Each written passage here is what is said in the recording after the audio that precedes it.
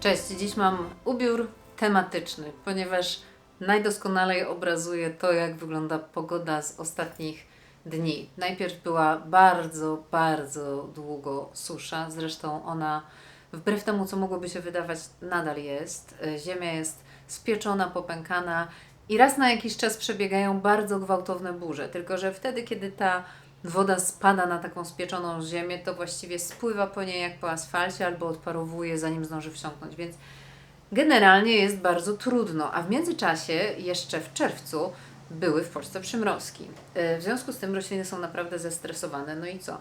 Trzeba wjechać z opryskami i z nawozami. Z opryskami ogrodnicy ekologiczni też muszą sobie jakoś radzić i mamy kilka sposobów na to, żeby się uchronić przed chorobami roślin i żeby im jakoś pomóc w tych trudnych czasach. No bo wszystko to polega na tym, że roślina, która jest zestresowana, która raz jest wystawiona na bardzo ciepłą temperaturę, zaraz potem zimną, nie ma wody, potem tej wody dostaje nagle strasznie dużo albo przez kilka dni pada, jest bardziej podatna na choroby. I jedyne, co możemy zrobić, to po prostu wspierać ją tak, żeby ona sama sobie z tym poradziła, bo ona oczywiście ma w sobie tę moc, która pomoże jej poradzić sobie, ale zawsze można jej trochę pomóc. Ja, jeżeli chodzi o moje pomidory, bo właściwie głównie o nich mowa, stosuję gnojówki z pokrzywy i z żywokostu. I zasada jest taka, że pokrzywa, ponieważ zawiera dużo azotu, wspiera rozwój liści i dopóki te pomidory idą w rozwój liści, to stosuję te gnojówki pokrzywowe. Natomiast żywokost zawiera w sobie m.in. potas i w momencie, kiedy pomidory zaczną kwitnąć, zaczynają owocować, podlewam je tymi gnojówkami potasowymi. Obydwie robi się dokładnie tak samo. Zbiera się pokrzywę albo żywokost, wsadza do wiadra, zalewa wodą, zostawia i w momencie, kiedy ta gnojówka przestanie się pienić, rozcieńcza się po prostu mniej więcej w proporcjach 1 do 10, czyli litr gnojówki na 10 litrów wody i podlewa raz w tygodniu. Od kilku lat i to z bardzo dużymi sukcesami stosuję również opryski na moje pomidory, szczególnie te gruntowe, no bo one przez to, że pada na nie deszcz i nie mam kontroli nad tą wodą, która się na nie wylewa, są bardziej podatne na choroby grzybowe, a właściwie to jest główny taki problem pomidorów, że one mogą pięknie rosnąć, pięknie zawiązywać owoce, po czym nagle przychodzi zaraza ziemniaczana i koniec. Każdy, kto przeżył, to wie dokładnie, jak to wygląda. Tydzień i w zasadzie całe Twoje uprawy znikają. Stosuję 2 opryski ze skrzypu i z drożdży.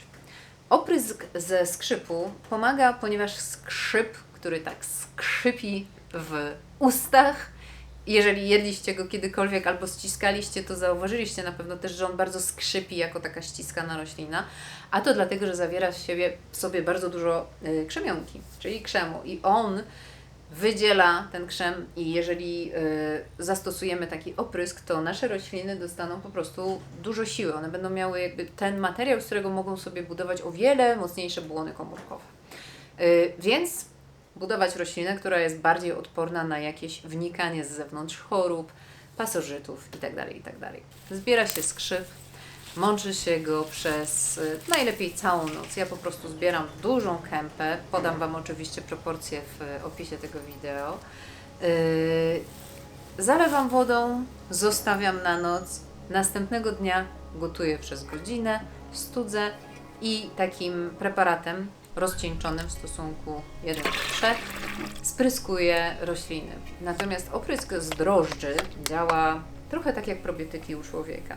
Jeżeli stosujemy te przyjazne grzyby, czyli drożdże w tym przypadku, one, jeżeli opryskamy roślinę, to w pewien sposób ją skolonizują. A jeżeli ją skolonizują, to wtedy w momencie, kiedy pojawią się patogeny, a tam już będą te inne grzyby, to te inne grzyby powiedzą: hola, hola, hola, my tu sobie mieszkamy.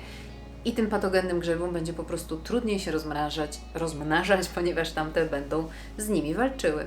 I właśnie to na tym polega, na tym w sumie w dużej mierze polega ogrodnictwo ekologiczne, że nie ingerujemy, nie zalewamy jakąś chemią w momencie, kiedy jest już naprawdę bardzo źle, tylko wyprzedzamy w pewien sposób bieg zdarzeń, przewidujemy, co się może wydarzyć. Jeżeli pogoda jest taka jak teraz, to znaczy co chwilę burze i na przykład przez cały tydzień te pomidory mają dosyć mokro, no to wiadomo, trzeba zastosować te opryski, żeby nie wdarły się tam do nich jakieś grzyby. I tyle. Tych naturalnych sposobów jest oczywiście wiele więcej. Ja podałam te, które przetestowałam na sobie i na swoich roślinach, w związku z tym mogę powiedzieć z czystym sercem, że one działają i nie ściemniać, że oho, jest jeszcze taki oprysk z aspiryny albo taka knojówka z czegoś innego, ale wiem, że one są, więc jeżeli stosowaliście je, macie doświadczenie, to napiszcie proszę w komentarzach, jakie to doświadczenie jest, co możecie polecić mi i innym osobom, które oglądają te filmy. Będę bardzo wdzięczna za wszelkie polecenia i oprysków, i gnojówek, i wszystkich innych patentów na to, żeby ochronić nasze rośliny w tym jakże trudnym sezonie przed wszelkimi problemami i chorobami. Pozdrawiam Was serdecznie. Miłego tygodnia. Cześć.